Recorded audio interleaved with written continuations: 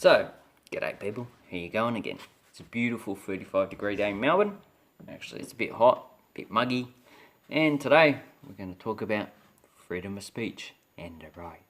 So, if you don't know, the right have been claiming, freedom of speech, I have a right to say whatever I want. And in general, I would say, yeah, you can say whatever you want. And in most countries, there are laws to restrict what you can say. People would say that they're done by the far left, but no, in general, they're done by the people in the centre, because they want to cater to people on the left and people on the right. And if you want a consensus, you're going to have so you need a consensus. That's what I was looking for, the word consensus, between the left and right, and that includes getting rid of some things on the left, getting rid of some things on the right, that are probably the extremes of both. Like on the left, nationalising everything and banning private property, it's really a bad thing. And on the right, racist ideology. That's also a bad thing, because most countries are not homogenous in their population. So, we have the far left, and also, to some degree, the centre left, saying, freedom of speech, you're suppressing our freedom of speech. Well, I have no problem with freedom of speech. And yes, the left are implementing some laws that restrict your freedom of speech, and probably not listening to you, which is actually a bad thing. But the thing is that they're the dominant part of society now, and this is what society is actually leaning towards. But the thing is, I'm getting at is that when the right actually get into power, they do the same thing.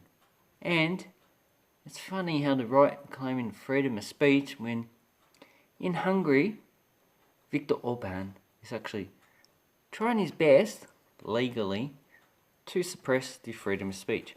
He failed to renew an agreement with a left-leaning university, Central European University, to allow their US accredited courses to be taught in Hungary legally.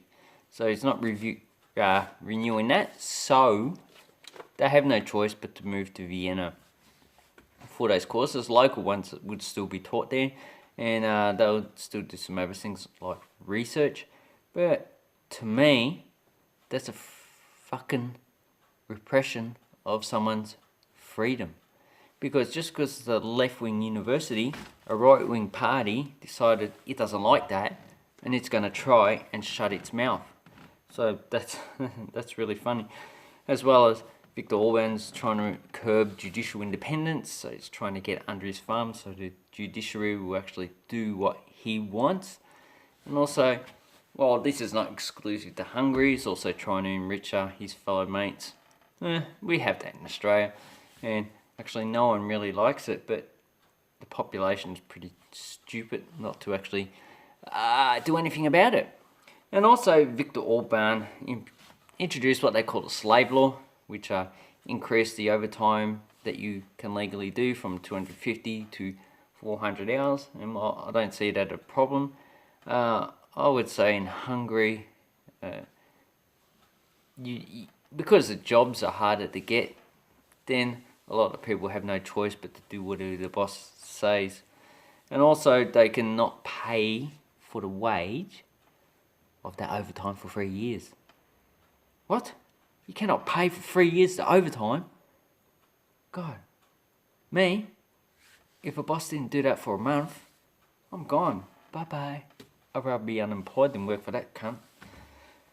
But my bosses are fine. But my previous boss was like that. So, yeah. Well, let's not talk about her. Anyway, so the slave law. So he's implementing items that benefit businesses, but not the working population.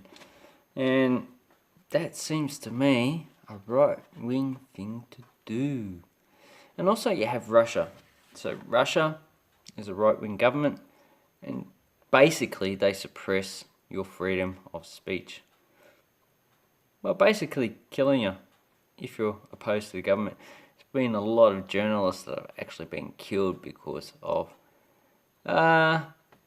so-called non-government extrajudicial killings, which and also they've tried to kill people overseas, mainly spies, but really, it's very sad. So basically, this video is about showing you that even though the right complain that there is no freedom of speech for them, when they get the upper hand, they will also do what the left has always done and restrict your freedom of speech because they don't like it. And it's only been the centre of politics, in which most people on YouTube are. I would say they're mostly centre, either centre left like me, or centre right, and then these two can actually talk to each other. And while they don't agree on everything, freedom of speech has been able to flourish in the centre, because if you don't actually agree with what someone says, you can either ask a question of why and try to understand it, or you can just ignore it and move on. Yeah, just move on. If you don't like it, move on. Or you can troll. If you don't like it, troll. Trolling is a good thing.